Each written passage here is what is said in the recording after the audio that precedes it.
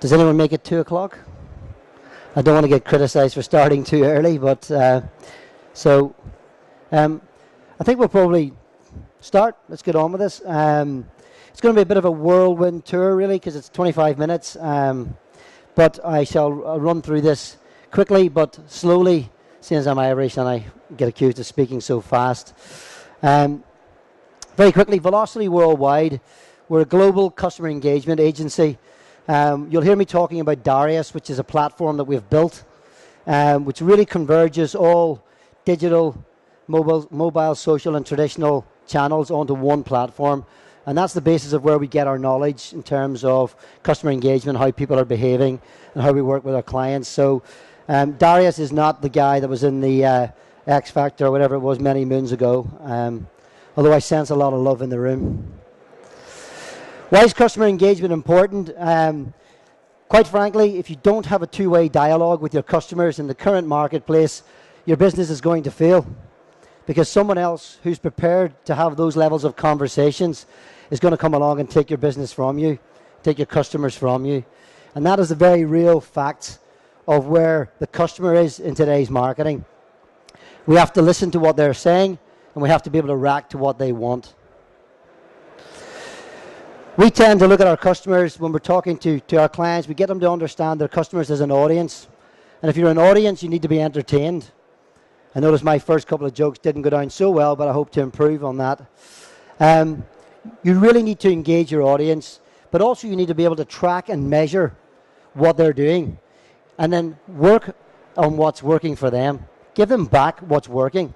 Multi-channel doesn't mean you've got to persuade your customers to operate on 5, 6, 7 different channels. Multi-channel is that you need to understand what to do on them. But if your customer's comfortable in one channel, talk to them on that channel. But make it entertaining. I find this guy very entertaining because he knows his audience and he knows how to talk to them. Hi, I'm Mike, founder of DollarShaveClub.com. What is DollarShaveClub.com? Well, for $1 a month, we send high-quality razors right to your door.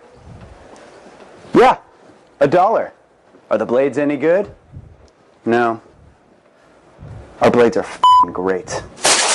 Each razor has stainless steel blades, an aloe vera lubricating strip, and a pivot head.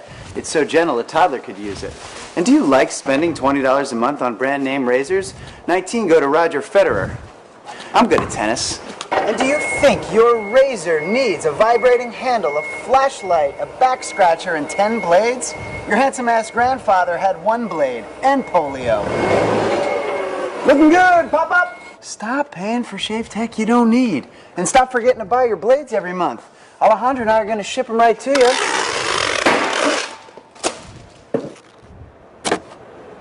We're not just selling razors, we're also making new jobs. Alejandro, what were you doing last month? Not working. What are you doing now? Working. I'm no Vanderbilt, but this train makes hay.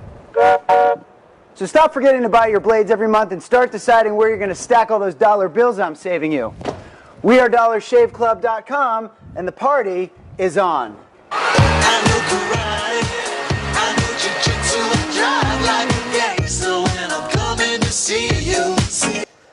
That guy's the CEO of Dollar Shave Club, and he's actually taken that company from a startup to a multi-million-dollar organization. But he knows his market, and he develops content that people want to watch, people want to listen to. And just as a CEO, he's recognized immediately, the requirement to entertain and engage his customers with a new product, because he's competing against the big budgets, the big bucks, the Roger Federers, doing Gillette, etc. Not the Tiger Woods maybe anymore, not so much on the Gillette. But it's really, really important. And this is the recent study from the States with CEOs who are recognizing that they need to revise strategies in response to consumer demand. And most CEOs now are really asking the marketing department the question, what's working and what isn't? And if we can't tell them, we're in big trouble. One of the other questions that a lot of marketing directors are going to get, if they haven't already got it, is, you spent all this money getting Facebook fans. What are they delivering on the bottom line? Because we've all gone out and given away iPads to get people to like our Facebook pages, but all they do is like the iPad. Are they really delivering business? The CEO wants to know, and you're going to have to be able to tell them. And that's what we do here as a business. We make sure that we can understand exactly what's working and what's not working. How do we engage with audiences? We work on 5 principles, really. There are 4 pillars of this. One is your customer needs to feel that they belong. They actually need to feel that you want them as a customer, because if you don't, they're going to move on and go to someone else. So using their content, hey, it's cost effective. It's always going to be on the mark because it's your customer generating it. So by using their content, they feel like you're listening to them. They feel like they belong, that there's a relationship between you and the brand. So make sure that your customer understands right away that they belong with your brand. Discovery. People like to learn new things. People like to understand their relationship with the brand. That brand is for me. So it's your job to make sure they understand that. We work a lot in retail and in fashion. And one of the things we try to do is to help people understand what style suits their personality. So if you want to buy jeans, there are hundreds of thousands of types of jeans. But if we can start measuring this thing, looking at where do you wear jeans? Do you wear them at night? Do you wear them at work, etc.? And you start narrowing down by asking questions of people to find out the 3 types of jeans they want to buy. So you look at, this is really, really important that we help people understand, take them on this journey, because customer engagement is not a campaign. You can't start customer engagement next month as a campaign and then stop doing it a month later. The minute you engage with your customer, it's for life. And you've got to keep doing it the whole way through the lifetime of your business. Connection. People don't like to spectate anymore. I mean, you're sitting there listening to people all day. But people don't like to watch anymore. They like to think that they're involved. How can you actually get people to connect with your brand on and offline? And to do this is very, very difficult. But you've got to think about your audience and who you're talking to first. A really good example coming up of what Coca-Cola did in Hong Kong to launch a campaign. In Hong Kong, Coca-Cola was launching a regional TVC, and our task was to stay true to the film whilst getting every teen in town to see it and buzz about it. How could we get this one spot to excite them on a whole new level? Like this. Meaning rapid motion is the latest slang word used by Hong Kong teens. We created an iPhone app where teens could catch the tumbling bottle caps from the TVC to win instant prizes. Step 1. Download the app. Step 2. Wait for the TVC to air at 10 p.m. each night. Step 3. Chop or swing your phone to catch instant prizes straight from the screen. Top. Every chop could instantly win you discounts, mobile games and other exclusive virtual collectibles. We turned an otherwise traditional TV ad into Hong Kong's and Coca-Cola's first ever interactive TV gaming promotion. And we also ran the ads in cinemas and outdoor. Then once the teens got smart to how it worked, they posted the spot on YouTube and played it all day long, giving our activity a truly viral edge. Even Now, that would not necessarily work in every society, but Coca-Cola went to the trouble of understanding who their audience was and created a campaign to make it work for them. And you'll see what they were doing there was creating a 1-screen, 2-screen, 3-screen opportunity with that particular teenage market. So it takes work, it takes thinking, but it goes back to defining your audience first before you start talking to them. So understanding is the 4th element in terms of engagement. Customers need to know that we listen to them. We don't just transmit to them. It's really important that they believe that as a brand that you react to what they're saying to you, and that's how you will continue to engage with them. So what we want to do, what we like to be able to do, and with our platform we can do, is we can modify campaigns in real time. So if we launch a campaign, say it's a 15% discount campaign for a retailer, and it's not working, the customer isn't buying it, in real time we can change that to 20-25% without having to change any of our marketing collaterals, and all of a sudden see the effect of that campaign, because the customer is telling us 15% isn't enough. 25% might be enough, maybe 35% is the golden figure for a campaign. But to be able to modify in real time is vital for the current marketplace. So rather than you guys going off and launching a campaign at the beginning of the month and running it for 4 weeks and at the end doing a report and saying, I hope this worked, you need to know on a daily basis whether it's working or not, and you need to be able to change it. And that's absolutely vital to actually getting the return on investment for your marketing budget. So understanding what's working, understanding your customer. All of this gives us the opportunity to run insight. We don't run major research projects anymore. We constantly ask questions around every single piece of communication we put out. Might just be one question, might be 2 questions. But we actually want to get a barometer for how our customers are feeling. So we understand how they feel about certain issues to do with the brand. And all of those answers get tagged to their personal profiles so that we can always go back in and run analysis around the trends that we're seeing. But if people feel like you're just trying to get information from them, asking them 20, 30 questions, they're not going to do it. A couple of questions through each different type of communication that you're running. So a competition, ask something. A promotion, ask something. Get something back in return. All of that insight will help you start to build your strategy from the customer up, not from the budget down. And we're all guilty of writing a marketing strategy based on what budget we've been given. Aren't we? We're going to admit to that, I think. So that's how we engage with people. But in terms of the channels, lovely piece of research this year.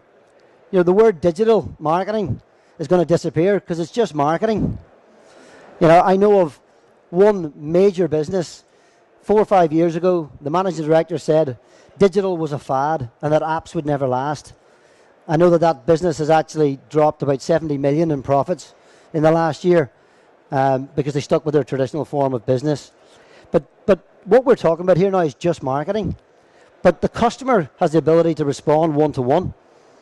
And therefore, we have to be able to talk to them on a one-to-one basis. So really, in terms of marketing, it doesn't really matter whether we talk about direct marketing, traditional marketing, digital marketing, because actually the consumer doesn't use any of those terms. The consumer just looks at it as content. We don't get something with an offer and say, wow, 25% off, and isn't that a brilliant piece of direct marketing? It's just about the content. So we shouldn't worry about that. Being creative based on what your customer is telling you, what your audience is telling you, means you can operate on whatever channel they want to be on, as I said at the beginning. So listen to what your customer is doing and be creative around that. So if you're talking to your customers and it's working, don't worry about channel. Don't worry about, we've got to be on television. We've got to be on television because I got an extra £1 million from the CEO. If it's working without some of those traditional forms, keep doing it. Keep doing it. Spend the money on great content. Don't spend the money on making somebody else rich, media buying companies, television channels. Spend the money on what's going to engage your customer. Give them something of real value from your marketing budget. The other thing about channels is that customers are all over the place. They don't work in a nice vertical way anymore. We can't say, let's run an integrated marketing campaign. We're going to do television, radio, magazines, press, and a bit of online, a bit of social. And that way my customer's going to see this 5 times. They don't operate like that anymore. The customers are floating between channels. They're all over the place. I mean, how many people actually watch the ads in the X Factor final? Everybody starts the X Factor 25 minutes after it actually starts if they've got Sky Plus. Nobody's watching any of that, but you're paying major money. So, we can't just build a strategy around traditional formats and traditional budgeting. So we're in a bit of a difficult situation here because unless you know what your customer is doing, where do you start? The other thing that's really interesting is that, I hope there's no integrated marketing agencies in the room, but each of the traditional channels do have specialists. And the campaigns that we're working on at the moment, the most successful campaigns we work on, we only do our bit of it. And the media guys do their bit, and the games producers do their bit. And everybody is bloody good at what they do. And therefore, we're creating a fantastic experience for the end user because they're getting real value from having specialists in all of these areas rather than someone saying, we can do it all. And I think that's a big shift. Madison Avenue, people are throwing themselves out of windows on Madison Avenue. The big ad agency guys, they don't know what to do because they've got art departments and they've got copywriting departments. They've got all of this stuff that we can all do ourselves now. So there's a real problem for some of those big agencies. So nice boutique agencies clustering together, delivering great projects is really, really prevalent right now. And if you're there in the audience today and you're able to choose what direction you go in, I would urge you to look at these specialist agencies. Look at the people who are bloody good at what they do. And that's all they do. And they'll deliver for you in a much, much better way. Most importantly, they'll deliver for your customer. They'll give you something that's real quality. So these converged strategies, they're a bit more difficult to implement because you've got to deal with more people, but the net result is much, much better. The experience is much stronger for your customer. So we really talk to clients about pursuing the best way to engage. Don't assume from some form of demographic profiling that because you're in an age group over 50 and you live in Surrey and you've got 2 cars that you're going to actually engage in a certain way, because it's all changing. We had a client who told us they would have absolutely no customers engaging with them on smartphones because of the age they were and the gender they were. The first campaign we ran for them, 28% of the people that engaged were on smartphones. So they just made a massive assumption and got it wrong. I'll just go back to this. In terms of actually engaging, I'm just going to show you one from General Motors. Everybody knows about the Super Bowl and how difficult the Super Bowl is to get any traction on because it's the highest advertising slot in the world. So this is what General Motors with Chevy did to really distract people from the Super Bowl.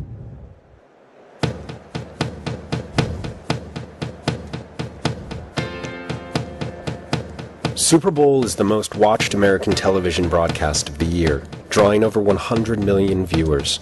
With almost 50 advertisers competing for viewers' attention, how do you stand out? We decided to game the system and add another screen. Over 50% of people go to a Super Bowl party for something other than watching the game. The Chevy Game Time app, a live second screen experience, gave them a legit reason to play with their phones for hours. The Game Time app was designed to hijack viewers' attention for the entire game. It gave people a reason to focus on our ads very closely and distracted them from watching our competitors' ads. We started by previewing our Super Bowl spots on the app, letting people know they could win cars from our commercials. On game day, we got people to answer trivia questions about our ads during commercial breaks. Since this could win you a Chevy, entire Super Bowl parties watched our ads very closely, first on TV, then again on the app. To make double sure people would be focused on our ads, we gave each app user a license plate. And if you spotted your plate in our commercials, you won the car. Which of course got app users to watch our ads again and again, all the while racking up our YouTube views. The app extended the game beyond TV by letting people interact with the broadcast in a totally new way. A team of 20 writers and technicians pushed real-time questions and polls to the app, letting players react to what they just saw on TV. And when we asked people to do something, they did, at times drawing 130,000 players to answer a question at the same time, more than double the attendance at the Super Bowl stadium. By the end of the game, we had over 21 million questions answered. The app had over 700,000 users, was the featured app in both iTunes and Android stores, and made it to the top 10 in the iTunes App Store, past Angry Birds and Facebook. Owning the Super Bowl? Now there's an app for that. So Chevy did a brilliant job on that.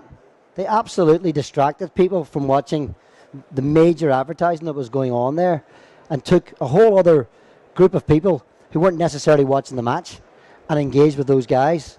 You know, it's a fabulous example. We're talking to lots of media agencies right now, and the one thing that we're saying to them is, you know, paid for media, what does it deliver? People don't know what it's going to deliver these days, but what we're able to do is deliver them earned data from paid for media. And that's what Chevy were doing there, is actually pulling people from your above the line campaigns into a platform where they could then sell to people afterwards, not sell to them right there. They let them play, let them enjoy, let them engage with the brand. So it's about connecting with the audiences before selling. And I always use the analogy, most of us in the room probably have a friend that will call you every 9 months. But you don't even listen to them because you know they're going to ask you for something. So you don't care. You don't want to hear this because that's when they only ring you when they want something. And that's what brands do. Brands talk to people when they want to sell them something. Wouldn't it be easier to talk to them all year round so that when you want to sell to them, they're already there and they're engaged? That's what we need to do. So what we do is we talk about developing your own conversational ecosystem. And it's not about social media. I kind of think you're not going to sell anything on social media. You can use it to talk to people and listen to people. But in all of the campaigns we've run in the last 12 months, the one channel that delivers sales consistently is, does anybody want to guess at it? Email. Email delivers sales more than any other channel that we work on. So social media is great, but use it wisely. Use it for what it is. It's not going to deliver on the bottom line. We talk about a customer engagement ecosystem where you create campaigns, you publish the campaigns to the relevant channels, and you track views and engagements. You measure each campaign, you measure each component of a campaign, you understand what's working best, what's not working for you. Run insight through analytics, interrogate some of the questions that you're asking, listen and refine your strategies, modify things, and keep going. And that's the cycle that we work on 24/7. It just doesn't start and stop with one campaign. So when you recruit people in, you've got to have a continuous conversation with them. You've got to be listening to them the whole way through. And that's what the Darius platform does, although I'm not allowed to sell it here today because it's not my platform to do. So what we talk about is go beyond what customers want to buy from you and understand what they want to do through you. Some of the best online retailing sites, ASOS, Net-a-Porter, etc. People go there now to understand about fashion. So when they want to buy stuff, they're already there. Then they'll buy. So the guys have great content. They really deliver. They're brave enough to say, we don't have to sell to you every time you come to the site, but we know when you want to buy that we'll have something here for you to buy. So really think about you becoming a conduit for what your customer wants. Information, education, entertainment, any of those things. And then when you're ready to sell to them, they're there and they'll buy from you. And what's more is they'll share information with their friends and colleagues. They'll push that information out for you. And that is a big change in how marketing. You cannot interrupt somebody's day with a 30-second ad and expect them to go off and buy your product. It's just not going to happen. It's a bit more difficult than that right now. I mean, when do you start doing this? We're very clear. It's a quote from Richard Branson. But we're very clear. And we tell everybody, you need to spend less time in the boardroom trying to second-guess your customers.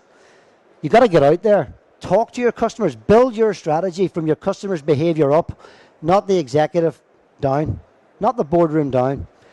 In other words, get going and get better at this. There's no point in sitting around for another 6, 9, 12 months trying to work this out.